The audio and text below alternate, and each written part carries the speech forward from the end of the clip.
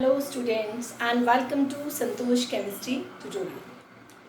In this lecture we will do biomolecules. ये आपकी unit है पॉलीमर्स के बाद आती है जो बायोमोलिक्यूल्स। क्लास 12 का चैप्टर है ये। मोस्टली इसमें से 3 मार्क्स का क्वेश्चन आता है बेटा। बायोमोलिक्यूल्स के बारे में पढ़ना है तो हमें पहले उसके बारे में इंट्रोडक्शन करना है। इसका क्या होता है? Introduction to biochemistry. बायोकेमिस्ट्री का इंट्रोडक्शन के बारे में पढ़ेंगे। इसकी एक सिंपल सी डेफिनेशन है, मतलब जानना है अभी इसके बारे में कि बायोकेमिस्ट्री क्या चीज़ है, बायोकेमिस्ट्री क्या होती है। वो प्रोसेसेस जो हमारी बॉडी के अंदर होते हैं उनके बारे में हमें पढ़ना है। Biochemistry is a study of what goes on with in the living system. Living system के अंदर जो प्रोसेसेस होते हैं उनके बारे में हमें पढ़ना है। अब इसमें जो इम्पॉर्टेंट मॉलिक्यूल्स इन्वॉल्व होते हैं, इम्पॉर्टेंट मॉलिक्यूल्स जो बायोलॉजिकल प्रोसेसेस में इन्वॉल्व होते हैं उनके बारे में पढ़ना है। तो हमें किसके बारे में पढ़ना है बेटा? इसमें एक तो बायोकेमिस्ट्री बताया आपको कि लिविंग सिस्टम के अंदर जितने भी प्रोसेसेस होते हैं उनके बारे में पढ़ेंगे। उसके अंदर जितने भी मॉलिक्यूल्स इम्पॉर्टेंट है उनके बारे में पढ़ना है जो बायोलॉजिकल प्रोसेसेस में इन्वॉल्व होते हैं। नेक्स्ट देखो बेटा, अभी हम बात कर रहे थे बायोकेमिस्ट्री के बारे में। बायोकेमिस्ट्री में जो हमने पढ़नी है 2 टाइप्स पढ़नी है, बायो ऑर्गेनिक, बायो इनऑर्गेनिक। हमारा मेन किस पे है? बायो ऑर्गेनिक पे। हमारा मेन फोकस किस पे रहेगा? उसके अंदर जो मॉलिक्यूल्स, इंपॉर्टेंट मॉलिक्यूल्स इन्वॉल्व होते हैं। देखो इंपॉर्टेंट भी हैं और अदर्स भी हैं। अब इंपॉर्टेंट कौन कौन से हैं? Carbohydrates, proteins, nucleic acids. हमारा मेन फोकस रहेगा कार्बोहाइड्रेट्स पे। इसमें से बेटा जान लो ध्यान से, इसमें से तो क्वेश्चन आता ही आता है बोर्ड में। मोस्टली जेईई मेंस में इनमें क्वेश्चंस पूछे जाते हैं इस टॉपिक से, कार्बोहाइड्रेट से। अदर्स हमारे कौन से हैं जो थोड़े थोड़े हमें पढ़ने हैं? लिपिड्स, विटामिन्स, हॉर्मोन्स, ये अदर्स हैं। और इम्पॉर्टेंट आपने देखे कौन कौन से हैं? Carbohydrates, proteins, nucleic acid. Main हमारा कौन सा है? कार्बोहाइड्रेट्स। और अदर्स में कौन से हैं? Lipids, vitamins, hormones. नेक्स्ट देखो बेटा, हमने मेन टॉपिक कौन सा स्टार्ट करना था? कार्बोहाइड्रेट्स। इसके नेम से ही पता चल रहा है, वैसे ध्यान से देखो, कार्बोहाइड्रेट्स, हाइड्रेट्स ऑफ कार्बन। क्या कहते हैं हम इसको? इसके नेम से ही पता चलता है हमें, हाइड्रेट्स ऑफ कार्बन। पता चल रहा है ना इसके नेम से? ध्यान देखो, कार्बोहाइड्रेट्स, हाइड्रेट्स ऑफ कार्बन। अब इसकी एक क्लासिकल डेफिनेशन तो हमने यही कर ली कि ये क्या होते हैं? Hydrates of carbon. एक इसका जनरल फॉर्मूला होता है जो पहले हमने बताया, CH2O होल Y। C कितने टाइम्स है? X times. H2O कितने टाइम्स है? Y times. अब इसमें देखो कुछ स्ट्रक्चर हम ऐसे बताएंगे जो इसको सेटिस्फाई करेंगे, इस फॉर्मूला को बताएंगे कि फॉर्मूला यही है। वो कौन से है? देखो ध्यान से, ग्लूकोज, फ्रक्टोज, दोनों का फॉर्मूला सेम होता है। ग्लूकोज, फ्रक्टोज फॉर्मूला क्या होता है? C6H12O6। C कितने हैं? 6। H2O अगर हम लिख दें कितने टाइम्स हो गए? 6 टाइम्स। C6H2O होल 6 क्या बन गए? Hydrates of carbon. CXH2O whole Y बन गए उसी की तरह। अब एक और देखो, सुक्रोज। क्या फॉर्मूला? एक और नेम है सुक्रोज। फॉर्मूला होता है C12H22O11। इस सुक्रोज को हम क्या कहते हैं? शुगर। ये जो घर में चीनी खाते हैं ना, उसे बोलते हैं ना शुगर। फॉर्मूला क्या होता है? C12H22O11। कार्बन कितने हैं? 12 और करके लिखना है इनको। वाटर कितना होगा इसके अंदर? देखो ध्यान से, 11। 11 2 22 O11। C12H2O whole 11। ये भी कौन सी फॉर्म में हो गया? Hydrates of carbon. तो ये क्या है? कार्बोहाइड्रेट्स। लेकिन अभी हम आपको यहाँ पर एक और बता रहे हैं ऐसा मोलिक्यूल, एसिटिक एसिड। जानते हो बेटा एसिटिक एसिड? इसका फॉर्मूला क्या होता है एसिटिक एसिड का? CH3COOH। अब इसको इसी फॉर्म में हम लिखने की कोशिश करते हैं। कार्बन कितने हैं देखो, C2, हाइड्रोजन कितने हैं 4, ऑक्सीजन कितने हैं 2। अब इसको हाइड्रेट की फॉर्म में लिखेंगे C2H2O(2). ये भी हाइड्रेट की फॉर्म में लिख दिया हमने। ये भी हाइड्रेट्स ऑफ कार्बन है। क्या ये भी कार्बोहाइड्रेट्स है? नो। सारे मॉलिक्यूल्स जिनका फॉर्मूला इसी को सेटिस्फाई कर रहा है, सारे ही तो कार्बोहाइड्रेट्स नहीं होंगे।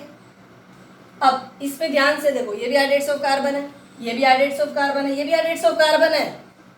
इसमें है फॉर्मूला ठीक सेम है सभी का ही।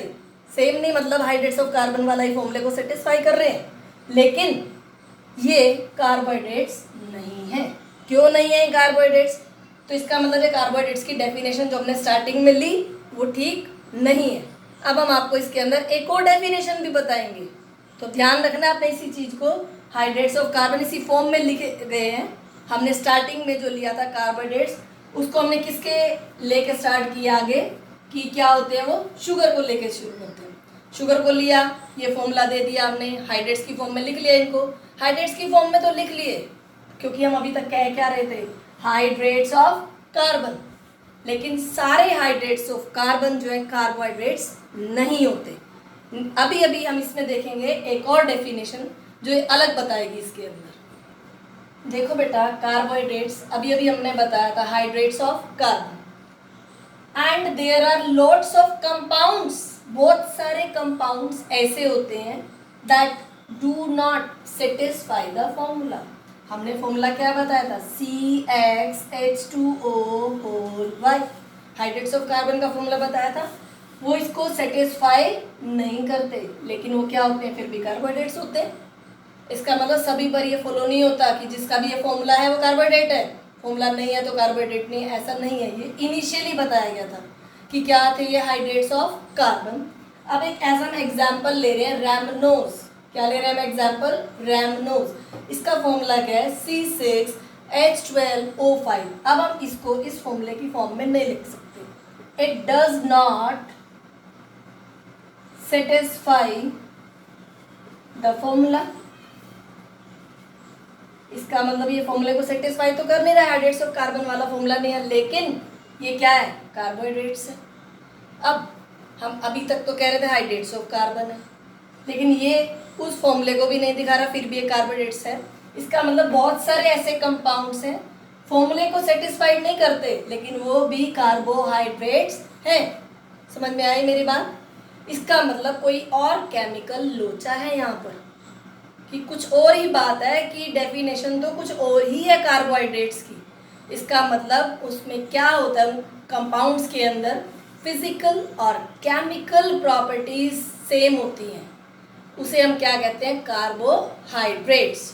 तो डेफिनेशन हमारी यहीं पर चेंज हो जाएगी। अब देखो बेटा, हम इसके अंदर करेंगे कार्बोहाइड्रेट्स की मॉडर्न डेफिनेशन। अब तक हम कह रहे थे हाइड्रेट्स ऑफ कार्बन, तो हमने कहा वो एक फॉर्मूले को सेटिस्फाई करते हैं, लेकिन हमने ऐसा कार्बोहाइड्रेट भी बताया था जो उस फॉर्मूले को सेटिस्फाई नहीं करता। मतलब ऐसा नहीं है कि फॉर्मूला मैच कर जाए तो वो कार्बोहाइड्रेट होगा। अब किसी की शक्ल ऋतिक रोशन जैसी हो तो ऋतिक रोशन तो नहीं हो जाएगा, तो इसका मतलब फॉर्मूला मैच कर जाएगा वो कार्बोहाइड्रेट तो नहीं हो जाएगा। तो उसकी फिजिकल और केमिकल प्रॉपर्टीज जो है मैच होनी चाहिए। सुन रहे हो मेरी बात ध्यान से? फिजिकल और केमिकल प्रॉपर्टीज मैच होनी चाहिए कार्बोहाइड्रेट से, तभी वो क्या होगा, कार्बोहाइड्रेट्स। समझे मेरी बात को ध्यान से? सारे हाइड्रेट्स ऑफ कार्बन जो है कार्बोहाइड्रेट्स नहीं होते। हमने शुरुआत जरूर की थी हाइड्रेट्स ऑफ कार्बन से, फॉर्मूला हमने सीखा एक, लेकिन सारे कंपाउंड्स ऐसे नहीं होते जो उस फॉर्मूले को सेटिस्फाई करें। रैमनोज पढ़ा था अभी हमने, पढ़ा था ना, C6H12O5 पढ़ा था, वो उस फॉर्मूले को सेटिस्फाई नहीं कर रहा था। इसलिए अब एक और मॉडर्न डेफिनेशन है कार्बोहाइड्रेट्स की, ध्यान से देखना आपने इसके अंदर। कार्बोहाइड्रेट्स क्या, कार्बोहाइड्रेट्स आर ऑप्टिकली एक्टिव। अभी बताते हैं आपको क्या होता है ऑप्टिकली एक्टिव पॉलीहाइड्रोक्सी एल्डिहाइड्स और ketones. Poly means many, hydroxy OH, aldehyde एक फंक्शनल ग्रुप होता है CHO, और कीटोन्स भी एक फंक्शनल ग्रुप होता है C डबल बॉन्ड O। और any such compound which produce these on hydrolysis। जब इनकी हाइड्रोलिसिस होती है कार्बोहाइड्रेट्स की तो ये वाले कंपाउंड्स बनते हैं। समझ आई मेरी बात? फिर से देखो डेफिनेशन को। Carbohydrates are optically active. Optically active क्या चीज है? देखो, ऑप्टिकली एक्टिव का मतलब है वो सब्सटेंस जो प्लेन पोलराइज्ड लाइट को, शॉर्ट में क्या लिखते हैं, पीपीएल, प्लेन पोलराइज्ड लाइट को रोटेट कर सकते हैं, रोटेट इन क्लॉकवाइज और एंटी क्लॉकवाइज डायरेक्शन। किसी भी डायरेक्शन में रोटेट कर सकते हैं, क्लॉकवाइज भी और एंटी क्लॉकवाइज। समझ में आया? ऑप्टिकली एक्टिव का मतलब plane polarised light rotate in clockwise और एंटी क्लॉकवाइज डायरेक्शन। अब है नेक्स्ट पॉलीहाइड्रोक्सी। पॉली का मीनिंग अभी बताया था आपको, याद है किसी को? बताओ, देखो, सोचो। Poly means many, hydroxy OH, many hydroxy. क्या मैनी हाइड्रोक्सी वाला ग्रुप है? एल्डिहाइड मत लिखो यहाँ पे। पॉलीहाइड्रोक्सी का मतलब क्या है? Many hydroxy group. उसके बाद क्या? एल्डिहाइड्स और कीटोन्स। एल्डिहाइड्स क्या होते हैं? CHO। एल्डिहाइड्स क्या होते हैं? CHO। कीटोन्स क्या होते हैं? C+O। फिर से देखनी है डेफिनेशन। कार्बोहाइड्रेट्स क्या थे? Optically active. ऑप्टिकली एक्टिव समझ में आ गया। पॉलीहाइड्रोक्सी एल्डिहाइड्स समझ में आ गया उनके मीनिंग। और कीटोन्स और any such compounds which produce these on hydrolysis. इसका मतलब जब कार्बोहाइड्रेट्स की हाइड्रोलिसिस होती है तो ये बनते हैं। अब इसकी और डिटेल में पढ़ेंगे हम ग्लूकोज और फ्रक्टोज के बारे में, ठीक है? अभी पढ़ेंगे उसको। नेक्स्ट बेटा आप देखो, उसके अंदर कार्बोहाइड्रेट्स पढ़ रहे थे, उसमें अब हमने पढ़ना है introduction to D plus glucose. किसके बारे में पढ़ना है? D plus glucose. ये सारी चीज़ें अभी आपको बताते हैं। प्लस क्या है, D क्या है? ग्लूकोज का जनरल फॉर्मूला क्या होता है बेटा? C6H12O6। कार्बन कितने हैं? 6। अब ये जो एक फॉर्मूला रिप्रेजेंट किया हुआ है, ये एक एक्सपेरिमेंट से आया हुआ है, इसको हमें लर्न करना होगा, लेकिन लर्निंग ट्रिक अभी बताई जाएगी इसकी। आप पहले एक बार देखो, ये कॉर्नर क्या होता है? एक carbon, second carbon, third, fourth, first, second, third, fourth, fifth, और ये क्या कौन सा है? सिक्स्थ वन होगा। एज इट इज इसके अंदर है first carbon, second, third, fourth, fifth, और ये कौन सा है? Sixth one. ध्यान से देखो इसके अंदर, ये क्या? एल्डिहाइड ग्रुप, ठीक है? ये भी क्या है? Aldehyde group. ये जो पोजीशन आई है एक्सपेरिमेंट से ही आई है, इसको हम नहीं फिक्स कर सकते। एक्सपेरिमेंट से आए तो हमें ऐसे ही ये लर्न करनी पड़ेगी। अब लेकिन इसमें आप ये जान सकते हैं प्लस का मतलब क्या है यहाँ पर। अब ये भी हमने आपको बताया था पीपीएल क्या होता है। पीपीएल याद है किसी को? Plane polarised light. जब प्लेन पोलराइज्ड लाइट रोटेट होती है, कौन कौन सी डायरेक्शन बताई थी? क्लॉकवाइज और एंटी क्लॉकवाइज। प्लस का मतलब plane polarised light rotate in clockwise direction. कौन सी डायरेक्शन में रोटेट होती है? क्लॉकवाइज डायरेक्शन में। और ये जो डी लिखा हुआ है, डी किसके लिए होता है? नेमिंग के लिए। नेमिंग अभी सिखाई जाएगी, अभी बताते हैं आपको। पहले लर्निंग ट्रिक, फिर नेमिंग बताएंगे आपको। ये कौन सा एक मेथड होता है इसके लिए? DL method. उसके अकॉर्डिंग हम इसकी नेमिंग भी करेंगे। अब इसके अंदर ध्यान से देखो, एक चीज़ सीखनी है आपने। प्राइमरी और सेकेंडरी, एक कार्बन, ये जो है इसके अंदर, ये कितने और कार्बन से जुड़ा हुआ है? देखो ध्यान से, 2 और से। तो ये कैसा हो जाएगा? Secondary alcoholic. ये भी 2 और कार्बन से जुड़ा हुआ है। देखो, एक ये खुद है, एक इससे और एक इससे, ये भी सेकेंडरी। एज इट इज ये भी सेकेंडरी, ये भी सेकेंडरी। और ये कैसा होगा? एक ही से जुड़ा हुआ है, प्राइमरी। 4 तो सेकेंडरी अल्कोहलिक ग्रुप है, और 1 कैसा है हमारे पास? Primary alcoholic group. ध्यान से देखो, 1 2 3 4 कैसे हैं? सेकेंडरी। सेकेंडरी का मतलब क्या होता है? एक कार्बन से 2 और कार्बन अटैच है, जिससे OH लगा हुआ था, जिससे ये क्या है? सिर्फ एक ही कार्बन से अटैच है, 1। कितने? Primary alcoholic group. As it is इसके अंदर भी यही है। अब ये तो आपने देख लिया, ये कैसा होना चाहिए, ये जो फर्स्ट कार्बन है कैसा होना चाहिए, sp3 हाइब्रिडाइज होना चाहिए। एक तो कैसा होना चाहिए, sp3 हाइब्रिडाइज कार्बन होना चाहिए। sp3 का मतलब क्या होता है, सारे सिंगल बॉन्ड हो उसके साथ, हो गया, सेकेंडरी भी है। और इसके साथ एक और भी है, देखो ध्यान से, थर्ड कार्बन पर ही पोजीशन चेंज है OH की। कहाँ पर है, लेफ्ट साइड पर। ये एक्सपेरिमेंट है, ये हमें याद रखनी होगी। फर्स्ट सेकेंड थर्ड, थर्ड पे कैसी है, OH की पोजीशन लेफ्ट साइड पे। अब ये इसमें ध्यान से देखो, ये और ये, इसको हम लिखते हैं, इस वाले को हम क्या लिख देते हैं, इसका नेम क्या है हमारे पास, डी ग्लूकोज, और इसका नेम क्या है, एल ग्लूकोज। ये डी के है और ये एल है, कैसे देखो ये आपस में होते हैं, कैसे हैं, ये मिरर इमेज होती है इनकी। क्या होती है इनकी, मिरर इमेज। अब मिरर इमेज क्या है, देखो ध्यान से, ये तो सेम है, ये भी सेम होता है, इसमें कोई पोजीशन का नहीं था, कहीं भी लिख दो O और H को।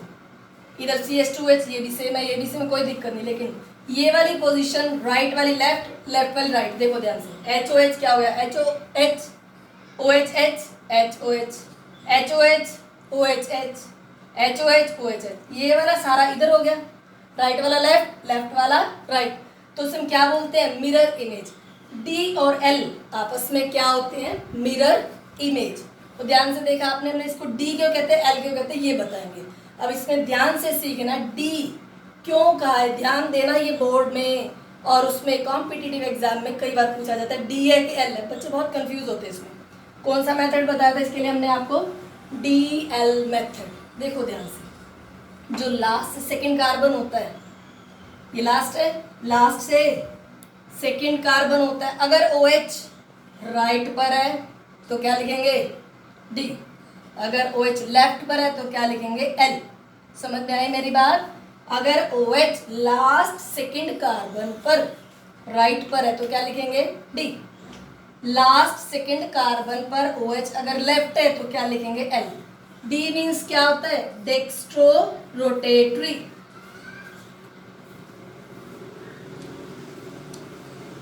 और L इज लीवो रोटेटरी।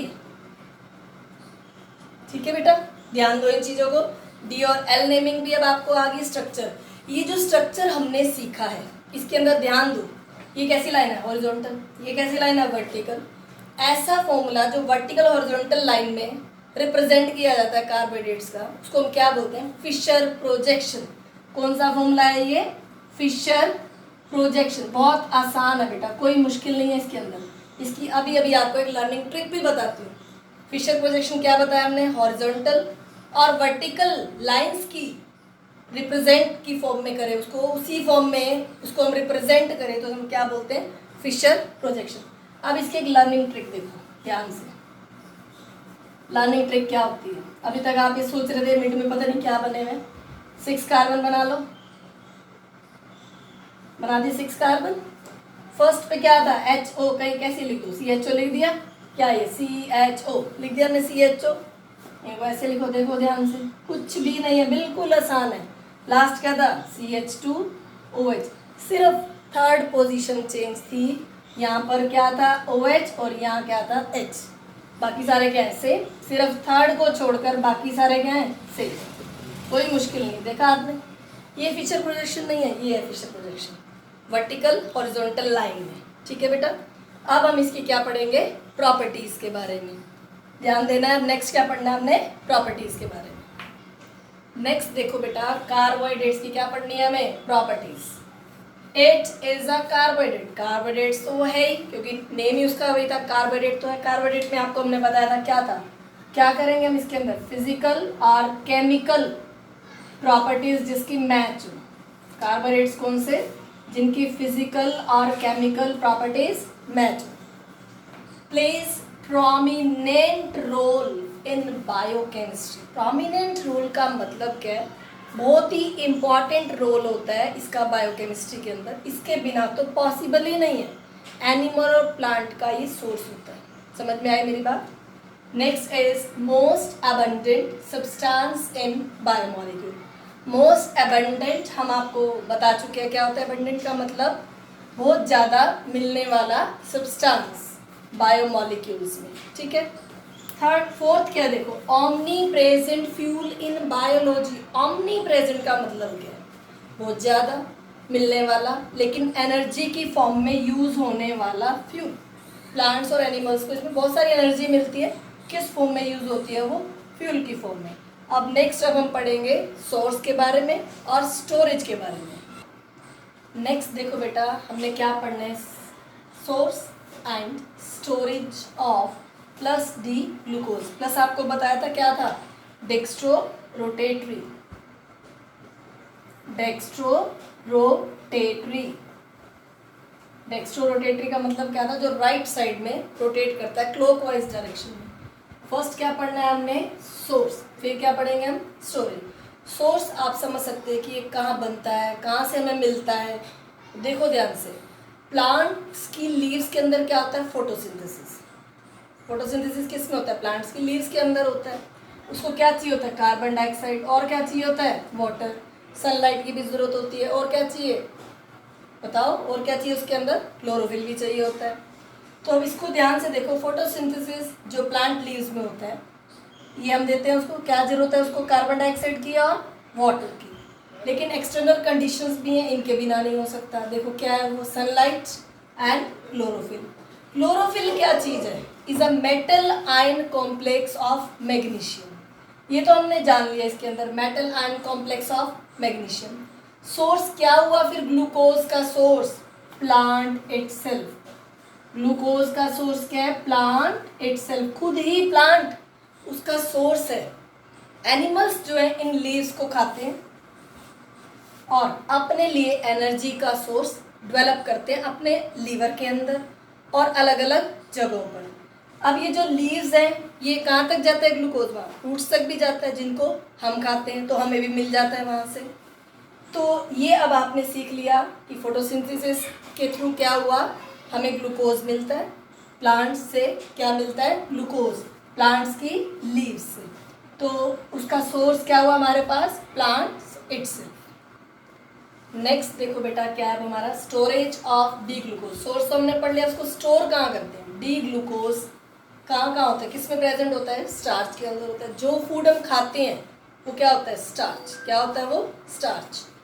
स्टार्च को हम क्या बोलते हैं, पॉलीसेकेराइड। सेकेराइड का मतलब क्या होता है, शुगर। पॉली शुगर मॉलिक्यूल्स होते हैं in plant seeds as food. Plant के सीड्स में होता है एज अ फूड ही। और किसके अंदर प्रेजेंट होता है, ग्लाइकोजन। ग्लाइकोजन को क्या बोलते हैं, एनिमल स्टार्च। क्या बोलते हैं ग्लाइकोजन को, एनिमल स्टार्च। ट्रांसपोर्टेड होता है वाया ब्लड स्ट्रीम। ब्लड की स्ट्रीम के थ्रू ये क्या होता है, ट्रांसपोर्ट। फिर किस में जाके स्टोर हो जाता है, लीवर के अंदर। नेक्स्ट हमारा क्या है, सेलुलोज। सेलुलोज क्या चीज़ है, framework for structure of plant. लकड़ी का जो ऊपर वाला पार्ट होता है जो फ्रेमवर्क के लिए यूज होता है उसको हम क्या बोलते हैं, सेलुलोज होता है उसके अंदर। That is framework for structure of plant. अब ध्यान से देखो, डी ग्लूकोज इन सब में प्रेजेंट है, स्टार्च में, ग्लाइकोजन में और सेलुलोज में। डी ग्लूकोज से और क्या बन सकता है, ग्लूकोज वापस बन सकता है, ग्लाइकोजन से भी वापस बन सकता है और सेल्यूलोज से भी। इसका मतलब डी ग्लूकोज इज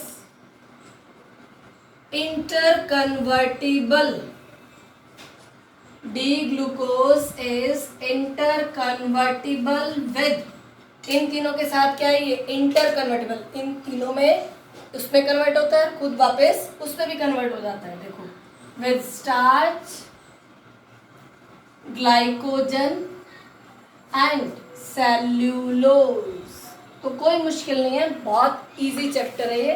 तो आपने देखा D glucose is interconvertible with starch, glycogen and cellulose. अभी हमने किया था बेटा, डी ग्लूकोज किसके अंदर प्रेजेंट था, ग्लाइकोजन, स्टार्च और सेल्यूलोज के अंदर। अब हमने इसके क्या पढ़ने, यूजेस। देखो ध्यान से, ग्लाइकोजन अभी हमने पढ़ा था, उसको हम क्या कहते थे, एनिमल स्टार्च। ये लॉन्ग टर्म एनर्जी स्टोरेज होती है इसकी। किस में होती है, अभी पढ़ा था, स्टोर लीवर के अंदर और मसल्स के अंदर होता है। स्टार्च आप जानते हैं क्या है, हमारा फूड। किस में होता है, पोटैटोज में, ब्रेड में और राइस में। नेक्स्ट क्या है हमारा, सेल्यूलोज। सेल्यूलोज से क्या बनता है, किसमें होता है इसका यूज, पेपर बनाने में। ये पेपर क्या चीज़ से क्या बनती है, मनी। मनी का आप जानते हैं आजकल इकोनॉमिक्स में यूज होता है, पेपर में हो गया। और वुड, वुड से क्या बनता है, शेल्टर, रहने की जगह, और टेबल वगैरह बहुत सारी चीज़ें बनती हैं वुड से तो। और कॉटन, लाइनन, सेल्यूलोज, एसीटेट, इनका यूज किस में है, क्लोथिंग के लिए। ये सारे थे इसके यूजेस, इसको नोट डाउन कर लो एक बार। नेक्स्ट देखो बेटा क्या है, क्लासिफिकेशन ऑफ कार्बोहाइड्रेट्स। कार्बोहाइड्रेट्स की क्लासिफिकेशन पढ़नी है। फर्स्ट हमारी क्या है, on the basis of functional group. हमने स्टार्टिंग में पढ़ा था एक ग्लूकोज, और एक और भी बताया था आपको, fructose. On the basis of functional group, functional group कौन कौन से थे हमारे, एक था पॉलीहाइड्रोक्सी एल्डिहाइड और दूसरा क्या था, पॉलीहाइड्रोक्सी कीटोन। पॉलीहाइड्रोक्सी एल्डिहाइड में कौन सा ग्रुप होता है, CHO ग्रुप, और कीटोन्स में कौन सा होता है, C+O ग्रुप। ठीक है। अब पॉलीहाइड्रोक्सी एल्डिहाइड का एग्जाम्पल क्या है हमारे पास, पढ़ा था अभी हमने, पॉली मीन्स मैनी, OH वाला एल्डिहाइड, क्या है इसका एग्जाम्पल, ग्लूकोज। और इसका एग्जाम्पल क्या है हमारे पास, फ्रक्टोज। ग्लूकोज का फॉर्मूला याद है, C6H12O6 as it is. Fructose का फॉर्मूला भी क्या है, C6H12O6। लेकिन याद रखें इसके अंदर क्या, एल्डिहाइड ग्रुप, इसके अंदर कौन सा ग्रुप है, ketone group. Classification of carbohydrates हम कर रहे थे। सेकंड हमारी क्या है, on the basis of reducing nature. Reducing nature से यहाँ पे आपको जानना है दो चीज़ों, रिएजेंट के बारे में, टॉलेंस रिएजेंट, फैलिंग सॉल्यूशन। मतलब इन पर बेस्ड है, रिड्यूस करेंगे इन रिएजेंट को या नहीं, इसके बारे में डिटेल में आप ऑर्गेनिक में पढ़ेंगे। इसमें सिर्फ इतना ही पढ़ना है कि रिड्यूस करते हैं या नहीं करते। तो रिड्यूसिंग नेचर पर हमारे दो टाइप्स हैं, नॉन रिड्यूसिंग शुगर और रिड्यूसिंग शुगर। नॉन रिड्यूसिंग से पता ही चल रहा है हमें, जो रिड्यूस नहीं करते किसको, टॉलेंस रिएजेंट को और फैलिंग सॉल्यूशन को। रिड्यूसिंग शुगर वो होंगे जो क्या करेंगे, रिड्यूस करेंगे किसको, टॉलेंस रिएजेंट को और फैलिंग सॉल्यूशन को। नॉन रिड्यूसिंग का एग्जांपल क्या है हमारे पास, सुक्रोज। इसका फॉर्मूला हम पहले आपको बता चुके हैं, C12H22O11। ये जो वो शुगर है जो हम घर में यूज करते हैं, टेबल शुगर। तो ये जो C12H22O11 है, इसमें डबल है ऑलमोस्ट ग्लूकोज का, इसे हम क्या बोलते हैं, डाइसेकेराइड्स। डाई का मतलब क्या है, 2 टाइम्स, सेकेराइड का मतलब क्या होता है, शुगर। सेकेराइड क्या होता है, शुगर। और ये इनका एग्जाम्पल क्या है, monosaccharide, single, mono means single sugar. इसके एग्जाम्पल है ग्लूकोज, फ्रक्टोज, ये भी, और जितने भी मोनोसेकेराइड्स हैं सारे इसका एग्जाम्पल है। ग्लूकोज भी मोनोसेकेराइड है, ग्लूकोज भी। ये दोनों कैसे हैं, ये जो है इसके अंदर डाइसेकेराइड्स हैं, लैक्टोज एंड माल्टोज। मोनोसेकेराइड वो होते हैं जिसके हाइड्रोलिसिस हम करते हैं, उससे और छोटे सेकेराइड नहीं बन सकते, और छोटे कार्बोहाइड्रेट्स नहीं बन सकते। एक ही तो फॉर्मूला है वो, C6H12O6, उससे छोटे और नहीं बन सकते। यही स्मॉलेस्ट यूनिट है सेकेराइड की। इसमें क्या है, डाइसेकेराइड, हमने ले लिया C12H22O11। इसकी हाइड्रोलिसिस होती है किसकी प्रेजेंस में, एसिड की प्रेजेंस में। इससे स्मॉल, देखो ध्यान से, इसकी हाइड्रोलिसिस हो रही है, इससे स्मॉल बन रहे हैं, 2 मॉलिक्यूल बनेंगे, C6H12O6। दोनों का फॉर्मूला सेम है, लेकिन नेम क्या है, देखो ध्यान से, एक क्या है ग्लूकोज और दूसरा क्या है, फ्रक्टोज। अब हमने इसमें कहा था नॉन रिड्यूसिंग है, अब ये वाला क्या आ गया, ग्लूकोज, अब ये क्या आ गया, फ्रक्टोज।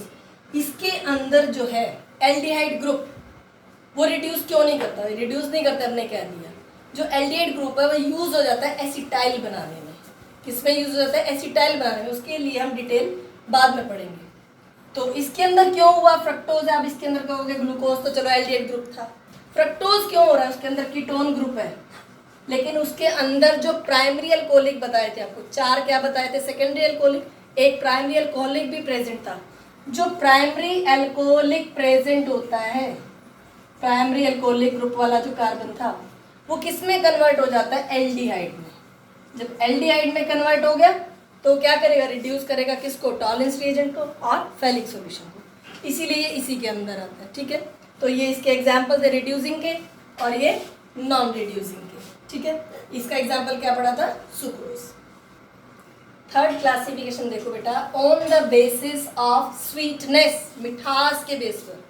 कोई मीठा होता है, कोई मीठा नहीं होता। जो मीठी होगी वो क्या होगी खाने में, शुगर। जो मीठी नहीं होगी वो क्या होगी, नॉन शुगर। ये सिंपल ही, इसके अंदर कुछ नहीं था।